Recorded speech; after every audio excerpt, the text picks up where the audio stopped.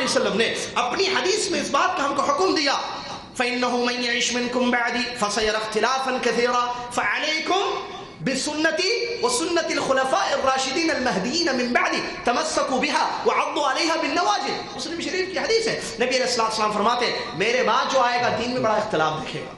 کیا کرنا ہے اللہ کے نبی محمد صلی اللہ علیہ وسلم؟ تم میرے طریقے کو اور میرے خلفاء، کون ہے خلفاء؟ صحابہ، میرے صحابہ کے طریقے کو مضبوطی سے تھامے رکھو. عربی کے الفاظ غور کریں، علیکم کافی تھا سمجھانے کے لیے. نبی علیہ السلام نے دوسرا لفظ استعمال کیا تمسکو. تیسرا کہا عضو علیہا بالنواجذ، جبڑوں پر جیسے کسی مضبوط چیز کو توڑنے یا مضبوط چیز کو توڑنے کے لیے استعمال کیا جاتا ہے جبڑوں کو، نبی علیہ السلام نے نواجذ کا لفظ استعمال کیا. تین الفاظ، علیکم، تمسکو، عضو. مضبوطی کے ساتھ، جب اختلاف ہو تو مضبوطی کے ساتھ میرے اور میرے صحابہ کے طریقے پر عمل کرنا، تھامے رکھنا. اس کے بعد اور حدیث بیان کی کہ دین میں ہر نیا کام بدعت ہے اور اس کا ٹھکانہ جیسا کہ آپ خطبات سے سنتے رہتے ہیں. تو برادر اسلام اس پر وہ لوگ عمل کیا اور کامیاب ہو گئے. کوئی نسبتیں نہیں، کوئی جھگڑا نہیں، مسئلہ معلوم نہیں ہوتا. جیسے ابو بکر صدیق رضی اللہ تعالیٰ عنہ کے پاس ایک دادی آتی ہے، آ کر پوچھتی ہے کہ میرے پوتے کے مال میں سے، پوترے کے، ہماری اردو کے حساب سے پوترے کے، فصیح اردو پوتا، بیٹے کا بیٹا، اس کے مال میں مجھے دادی کو کتنا حصہ ملے گا؟ ابو بکر صدیق رضی اللہ تعالیٰ عنہ کو حدیث نہیں معلوم ہے. جاتے ہیں، صحابہ کی جماعت بیٹھی ہوئی ہے، پوچھتے ہیں کہ کسی کو معلوم ہے حدیث مسئلہ کہ دادی کو پوتے کے مال میں کتنا حصہ ملے گا؟ مغیرہ بن شعبہ صحابی کا نام ہے رضی اللہ عنہ، وہ حدیث جانتے تھے مسئلہ. انہوں نے بیان کیا کہ مجھے معلوم ہے پیارے نبی علیہ السلام نے اعطاها السدس، چھٹا حصہ دیا ہے. سدس پورے مال کا چھٹا حصہ دادی کو نبی علیہ السلام نے دیا ہے. وہ جاتے ہیں، مسئلہ بتا دیتے ہیں اس کو. تو ایسا تھا نبی علیہ السلام کی حدیثوں پر عمل، اللہ کی کتاب پر عمل، نبی علیہ السلام کی حدیثوں پر عمل ان کا تھا. وہ کامیاب ہو گئے، دور ختم ہو گیا. اور اسی دور کے بارے میں نبی علیہ السلام کی حدیث ہے خیر القرون قرنی ثم الذین یلونہم ثم الذین یلونہم، سب سے بہترین زمانہ میرا، اس کے بعد کے لوگوں کا، اس کے بعد کے لوگوں کا.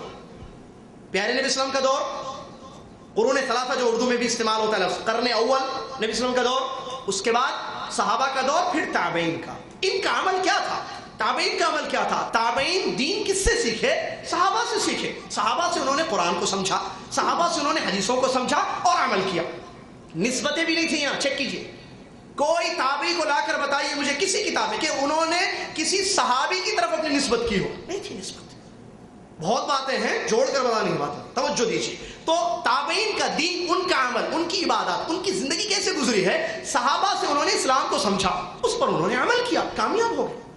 سعید ابن مسیب رحمت اللہ علیہ جیسے جلیل القدر تابعین دنیا میں آئے، اللہ سے ڈرنے والے، عبادت کرنے. ان کی نماز کا طریقہ کیا تھا؟ وہ کیسے روزہ رکھتے تھے؟ وہ تجارت کیسے کرتے تھے؟ شادی بیاہ میں ان کا عمل کیا رہا؟ یہ سارے مسائل ایک ہی جواب ہے، صحابہ سے جو دین انہوں نے سیکھا تھا، کتاب اور سنت، اس پر ان کا عمل تھا. صحابہ نے کس سے سنا؟ دیکھیے کنیکشن. نبی علیہ السلام کو اللہ نے وحی کے ذریعے دیا تھا. تابعین کامیاب ہو گئے. اس کے بعد دور آیا ائمہ کا. سب سے پہلے امام آتے ہیں امام ابو حنیفہ رحمۃ اللہ علیہ. کون ہے؟ نعمان ابن ثابت، جن کا نام، جن کی کنیت ابو حنیفہ رحمۃ اللہ علیہ. سن 80 ہجری میں ان کی پیدائش اور 150 ہجری میں تقریباً حضرت امام ابو حنیفہ رحمۃ اللہ علیہ کی وفات ہوتی. کون ہے یہ امام ہے. عراق میں ان کی پیدائش ہوئی ہے اور انہوں نے قرآن سیکھا، علم سیکھا، تفسیر کا علم، حدیث کا، فقہ کا، مشہور فقیہ ہیں.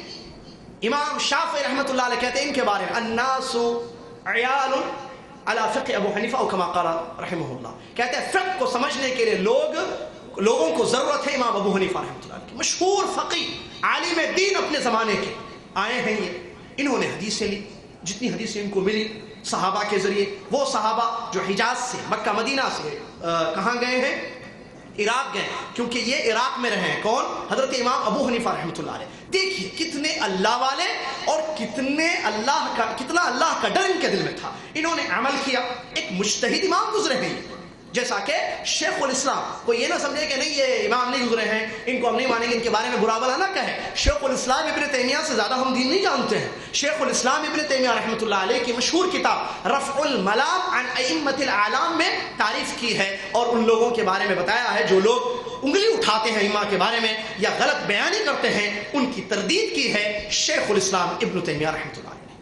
اور آج تک سلفی علماء کا یہ حال ہے کہ وہ تردید کرتے ہیں, برا بھلا نہیں کہتے ہیں, بلکہ حقیقت کو لوگوں کے سامنے بیان کرتے ہیں جیسا کہ آپ کے سامنے بیان کیا جا رہا ہے. امام ابو حنیفہ رحمۃ اللہ علیہ کے پاس جو حدیثیں آتی, وقت کے عالم ہیں, آپ کو معلوم ہے محلے میں حافظ صاحب سے آپ مسئلہ پوچھتے ہیں, محلے میں کوئی مولوی ہو جو طالب علم ہو کسی دینی ادارے کا, تو مسئلہ پوچھنا ہے تو کیا کرتے ہیں, بیٹا تم مدرسے میں پڑھتے ہو, بتاؤ یہ کیسے کرنا ہے نا. تو یہی حال وہاں تھا. عراق کے لوگ جو مسلمان تھے وہ اپنے سب سے زیادہ جاننے والے, اپنے سے زیادہ جاننے والے امام ابو حنیفہ رحمۃ اللہ علیہ کے پاس جاتے, ان سے مسئلہ پوچھتے. امام ابو حنیفہ رحمۃ اللہ علیہ کو جو حدیثیں ملی اس حدیث کی روشنی میں وہ فتویٰ دیتے تھے. جو حدیثیں امام ابو حنیفہ رحمۃ اللہ تک نہیں پہنچی وہ وہاں اجتہاد کرتے تھے. سوال, کیا ایسے ہو سکتا ہے کہ امام ابو حنیفہ رحمۃ اللہ علیہ تک کوئی حدیث نہ پہنچی ہو؟ بالکل. میں شروع میں اشارہ کر دیا, مسئلہ سمجھ رہا ہوں. ابو بکر صدیق رضی اللہ تعالیٰ عنہ کو ساری حدیثیں نہیں معلوم تھی. مسئلے کو سمجھیں, حضرت عمر کو ساری حدیثیں نہیں معلوم تھی. ابو بکر کی ابھی مثال دی میں نے, ایک دادی اپنا حصہ مانگنے کے لیے آئی, ابو بکر رضی اللہ عنہ کو حدیث نہیں معلوم, لیکن دوسرے صحابی کو معلوم ہے. کون ہے وہ؟ مغیرہ بن شعبہ رضی اللہ عنہ.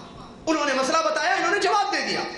عمر بن خطاب کے بارے میں پڑھ کر دیکھیے سیرت, کہتے ہیں میں اور میرے انصاری ساتھی ہم دونوں نے یہ طے کیا تھا کہ ایک دن میں جاؤں گا نبی صلی اللہ علیہ وسلم سے حدیثیں سنوں گا, اور دوسرے دن میں اپنے کاروباری مسائل میں الجھ جاؤں گا, میں کاروبار میں اپنے جو تجارتی مسائل ہیں اس میں لگ جاؤں گا. اے میرے انصاری ساتھی تم جانا اور دین سیکھنا, نبی علیہ الصلوۃ والسلام سے حدیثیں لینا, تم دو حدیثیں لوگے جو سیکھو گے وہ مجھے بتانا, اور میں جو سیکھوں وہ تم کو بتاؤں گا. ایسے ہم باری باری کر لیتے ہیں. عمر بن خطاب رضی اللہ عنہ کے بارے میں مشہور ہے. آپ حدیث کی کتابیں اٹھا کر دیکھیے, سب سے زیادہ نام کس صحابی کا آپ کو ملتا ہے؟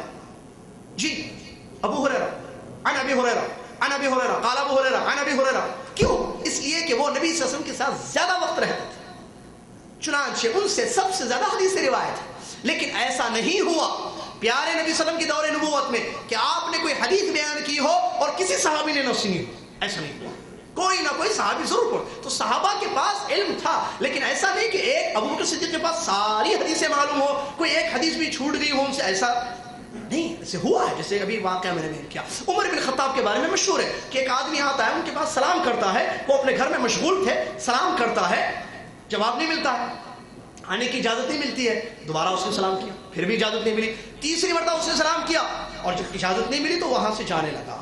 عمر بن خطاب تم دوڑ کر واپس آئے, کہہ رہے کیوں جا رہے ہو تم؟ تو اس نے فوراً حدیث پیش کر دی, کہا کہ میں نے پیارے نبی صلی اللہ علیہ وسلم سے یہ سنا ہے کسی کے گھر پہ جاؤ 3 مرتبہ سلام کرو, اجازت لو, اجازت ملے تو اندر داخل ہو جانا ورنہ واپس آئے. کہا کہ یہ کہاں سنی تم نے حدیث, بتاؤ مجھے. عمر کو نہیں معلوم ہے, ابھی اس وقت تک نہیں معلوم عمر بن خطاب. کہا کہ یہ تو مدینہ کا بچہ بھی جانتا ہے حدیث.